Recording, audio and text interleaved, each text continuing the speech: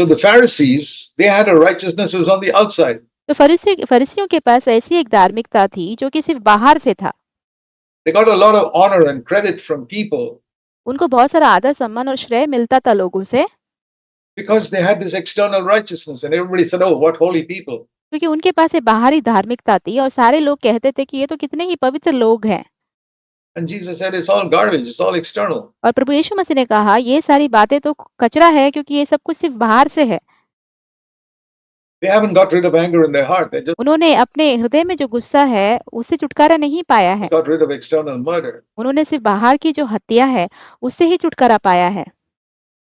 The same way he went on in the Matthew 5 to say that और वैसे ही वो मत्ती 5 में और भी कहते चले गए आगे, they externally don't commit adultery, but in their mind they are lusting after women. वे बाहरी रूप से व्यभिचार तो करते नहीं हैं, परंतु उनके दिमाग में वे स्त्रियों की लालसा करते हैं। It's a deception. ये एक धोखा है।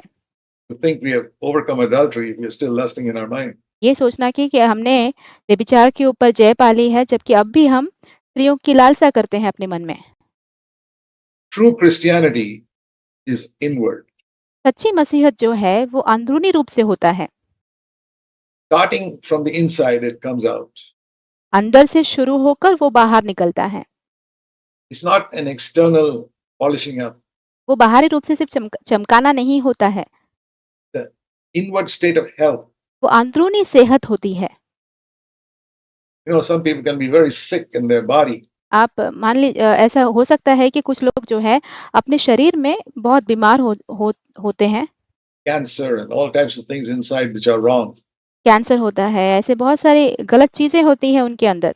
Yet they can paint themselves up and look so beautiful on the outside. फिर भी वे अपने आप को रंग लगा सकते हैं और बाहर से बहुत ही सुंदर दिख सकते हैं। That's the way a lot of Christians are. ऐसे ही बहुत सारे मसीही भी हैं। A lot of wrong things in their home and in their private life and their उनके व्यक्तिगत जीवन में, उनके घर में बहुत सारी गलत बातें हैं। thoughts and attitudes, उनके सोच में, उनके मनोभाव में भी है। but all they paint up their face and everything externally is so good. परंतु वो अपने चेहरे को रंग लगा देते हैं और बाहरी रूप से सब कुछ अच्छा दिखता है। There's a lot of Phariseeism in Christianity. ऐसे ही मसीहत में बहुत सारी फरीसी हैं। So, brothers and sisters, if you want to build a true church where Christ is Lord, तो यदि भाइयों बहनों आप एक सच्ची कलीसिया का निर्माण करना चाहते हैं जहाँ पे मसीह ही प्रभु है, and where the devil gets no power, जहाँ पे शैतान के पास कोई सामर्थ्य नहीं होता, watch your inner life. तो आपका जो अंदरूनी जीवन है उस पर ध्यान दें आप। That's what I would urge every one of you. Watch your thought life. मैं आप सभियों से यही निवेदन करता हूँ कि आपका जो सोच का जीवन है उस पर ध्यान दीजिए आप। Watch your attitudes towards others. आपके जो दूसरों के प्रति मनोभाव है उस पर ध्यान दें। Stop yourself when you're tempted to judge somebody. You're not the judge, you're a witness. आप जब भी किसी की प्रति दोष लगाने के लिए प्रेरित किए जाते हैं या प्रलोभन में पड़ जाते हैं तो अपने आप को रोकिए, क्योंकि आप कोई न्यायी नहीं है, आप गवाह हैं। You're not the accuser, you're not a witness. So many people आप एक दोष लगाने वाला भी नहीं है, आप एक गवाह भी नहीं है। even join hands with Satan and accuse. ऐसे बहुत सारे लोग हैं जो कि शैतान के साथ मिल जाते हैं और दूसरे लोगों पर दोष लगाते हैं। You're not called to be the accuser. आपको दोष लगाने वालों की तरह बुलाया नहीं गया है। Leave that job to the devil. वो जो काम है वो शैतान के पास ही छोड़ दीजिए आप। If you want to do something, यदि आप कुछ करना चाहते ही हैं pray for that person. तो उस व्यक्ति के लिए प्रार्थना कीजिए आप। Join Jesus' team of intercessors. आप जो है प्रभु यीशु मसीह का जो झुंड है, जो कि टीम है मध्यस्थी करने वाला, उसमें आप शामिल हो जाएं, Pray for the weaknesses of others. जो कि दूसरों की जो कमजोरियों के लिए प्रार्थना करता है। Don't join the devil's team of accusers. आप कभी भी शैतान का जो झुंड है दोष लगाने वालों का उसपे शामिल ना हो। Many Christians have joined the devil's team of accusing different people. बहुत सारे मसीही जो है शैतान के झुंड को ही अपना लिया है, जो कि अलग-अलग लोगों पर दोष लगाते फिरता है। Even husband and wife, they accuse one another saying, "You यहाँ तक कि पति पत्नी जो है वे भी अब एक दूसरे पर दोष लगाते हैं और कहते हैं, did like this, or 5 years ago you did this, or वो कहते हैं तुमने ऐसा किया, वैसा किया, 5 साल पहले तुमने ऐसा किया, you spoke against my mother, or you spoke against my father, or तुमने मेरी माँ के खिलाफ, मेरे पिता के खिलाफ ऐसी बात की, you did this, or you cheated." तुमने ऐसा किया, तुमने मुझे धोखा दिया। Husband and wife, imagine, कल्पना करके देखिए कि पति-पत्नी ऐसे बात करते हैं, arguing with each other like that, जो कि आप एक-दूसरे के साथ ऐसे विवाद करते हैं, तर्क करते हैं। both joining hands with the devil, and no wonder the devil rules their home. और दोनों ही शैतान के साथ अपना हाथ मिला लेते हैं। इसमें कोई अद्भुत सी बात नहीं है कि शैतान उनके घर पर राज करता है। Don't let that happen in your home. आपके घर में ऐसे आप होने मत दीजिए। Don't invite the devil into your home by becoming an accuser. अपने घर में शैतान को आमंत्रण ना दें उसके साथ हाथ मिलाते हुए। Be an intercessor. The Bible says, आपको एक मध्यस्थी करने वाला बनना है। बाइबल कहता है, you know what? You know what the devil does 24 hours a day? आपको पता है शैतान चौबीसों घंटे दिन का क्या करता है?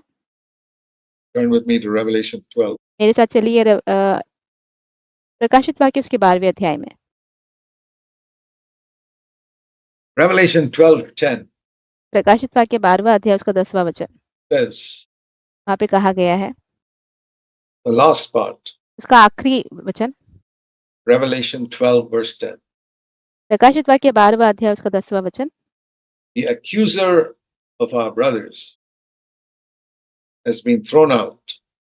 He's the one who accuses them before God day and night. क्योंकि हमारे भाइयों पर दोष लगाने वाला जो रात दिन हमारे परमेश्वर के सामने उन पर दोष लगाया करता था, गिरा दिया गया है। 24 hours, 24 घंटे the devil is an accuser. शैतान जो है वो दोष लगाने वाला है। Who is he accusing? He's not accusing the worldly people. They belong to him already. वो किस पर दोष लगा रहा है? वो इस दुनिया के लोगों पर दोष नहीं लगा रहा है, क्योंकि वे लोग तो उसके ही हैं पहले से ही। He's accusing believers. वो विश्वासियों पर दोष लगा रहा है। His main target is believers. उसका जो मुख्य लक्ष्य है वो विश्वासी है। So when you accuse a believer, जब आप एक विश्वासी के प्रति दोष लगाते हैं, you're joining hands with the devil. तो आप शैतान के साथ हाथ मिला रहे हैं। The devil says, come, I'll give you some more material to accuse him. और शैतान कहता है कि चलो मैं तुम्हें और थोड़ी सामग्री देता हूँ ताकि तुम उस पर और दोष लगा सको। And you keep on feeding us with material to accuse somebody else. और वो लगातार हमें सामग्री देते रहता है ताकि हम दूसरे के ऊपर दोष लगाते रहें। People accuse their husbands and wives with material that the devil's giving into their mind all the time. लोग जो है अपने पति अपनी पत्नी पर दोष लगाते रहते हैं उस सामग्री के साथ जो कि शैतान हमेशा उनके दिमाग में डालते रहता है। Now go and tell him this and go and tell her that and then go and tell him this and go and tell her that. वो कहता है अभी जाकर ये कह दो उसे, अब जाकर वो कह दो उसे। And they bring the devil right into their home. और वो सीधा शैतान को अपने घर में लेके आते हैं। They wonder, oh God, why are my children going astray? और वो ये सोचते हैं कि प्रभु हमारे बच्चे जो है वे ऐसे भटक क्यों जा रहे हैं? Why are my children not wholehearted disciples? Why मेरे बच्चे जो है वो पूरे हृदय से शिष्य क्यों नहीं है? you brought the devil into your home? पर आप ही ने तो शैतान को अपने घर में लाया है। No wonder the devil attacked your little children. आपके बच्चों पर उसने आक्रमण किया, इसमें कोई भी अद्भुत सी बात नहीं है। You know, whenever a husband and wife are supposed to, husband and wife are supposed to be one with each other like this, देखिए एक पति पत्नी को जो है एक दूसरे के साथ एक साथ ऐसे जुड़े हुए रहना है। joined together. But the devil's always trying to separate them, पर शैतान जो है हमेशा उन्हें अलग करने की कोशिश में लगा रहता है, something or the other, some कुछ ना कुछ कर कर, attitude or thought or word, कोई शब्द या सोच या मनोभाव के द्वारा, and creates a little separation between the husband and wife like this. और थोड़ा सा दरार जो है पति पत्नी के बीच में वो ले आता है, उन्हें अलग कर देता है। And in that gap, और उस दरार में the devil comes through, and who does he attack? और वो शैतान वहां पे आ जाता है अंदर, और किस पर वो आक्रमण करता है? The children. आपके बच्चों पर आक्रमण करता है। But if you keep sticking together like this, the devil will not be able to come through into your home to attack your children. पर यदि आप एक दूसरे से ऐसे एकदम से जुड़े हुए रहेंगे तो शैतान कभी भी आपके घर में आएगा ही नहीं और आपके बच्चों पर आक्रमण भी नहीं कर पाएगा। Many children are attacked, but the husband and wife allow a gap to come between them, and the devil comes right through. बहुत बच्चों पर आक्रमण इसलिए होता है कि पति पत्नी अपने बीच में दरार आने की अनुमति देते हैं और शैतान उसके द्वारा अंदर आ जाता है। He's always trying to create that gap. He's always trying to create that gap. He's the accuser of the brothers. वो हमेशा उस दरार को बनाने की कोशिश में लगा रहता है। वो भाइयों पर दोष लगाने वाला है। Day and night. रात दिन वो दोष लगाता है। Now there's something else that Jesus does day and night. You know that? क्या आप जानते हैं एक और बात है जो कि प्रभु यीशु मसीह दिन रात करते हैं। Just like the devil accuses people day and night, जैसे कि शैतान लोगों पर दोष लगाता है रात दिन, We read in the book of Hebrews in chapter 7, आप पढ़ते हैं इब्रानियों की पत्री उसके 7वें अध्याय में। Hebrews 7 and verse 25. इब्रानियों 7वां अध्याय उसका 25वां वचन। Hebrews chapter 7, verse 25.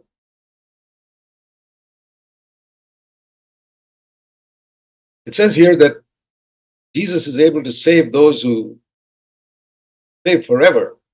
Hebrews 7:25. Those who draw near to God through Him.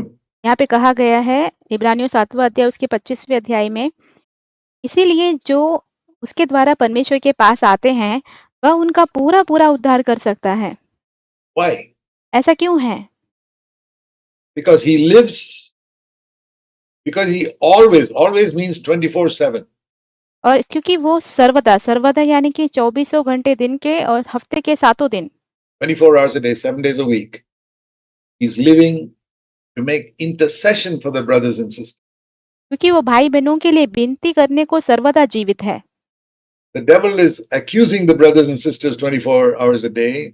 शैतान जो है भाई-बहनों पर दोष लगाता है दिन के 24 घंटे, 7 days a week. हफ्ते के 7 दिन।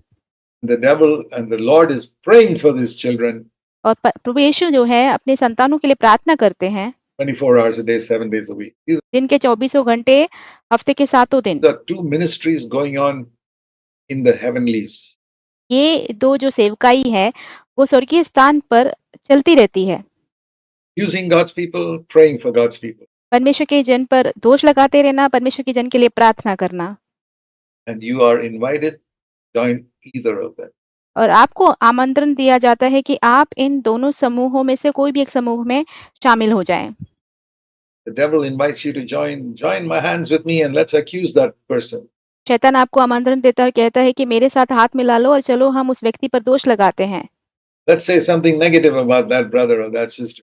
चलो हम उस भाई या बहन के बारे में कोई नकारात्मक बात बोलते हैं।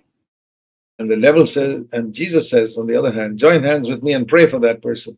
और दूसरी तरफ प्रभु यीशु मसीह कहते हैं कि मेरे साथ हाथ मिला लो और चलो हम उस व्यक्ति के लिए प्रार्थना करते हैं। If you find something wrong in that person, pray for him यदि आपने उस व्यक्ति में कुछ गलत देखी तो उनके लिए प्रार्थना करें or pray for her. या उस बहन के लिए प्रार्थना करें। Which voice are you listening to? आप कौन सी आवाज को सुनते हैं? We all have a natural critical attitude, हम सभियों के अंदर एक प्राकृतिक बुरा स्वभाव होता है, which quick to find some fault in another person, then speak about it to somebody else. कि जल्दी से हम दूसरे व्यक्ति में कोई कमी को निकाल दें और उस कमी के बारे में कोई और व्यक्ति से बात करें। That is the devil, 100%. वो 100% शैतान है। Jesus sees the same fault in that child of his, but he immediately prays to the Father. प्रभु यीशु मसीह वही कमी अपने बच्चे में देखते हैं और तुरंत ही अपने पिता से प्रार्थना करते हैं। Says, Father, help him कहते हैं पिताजी इनकी सहायता करें overcome that habit. It's a bad habit. Help him ताकि वो उस बुरी आदत पर जय पा ले। ये एक बुरी आदत है, to overcome it. उसकी सहायता कीजिए कि वो उसके ऊपर जय पा ले।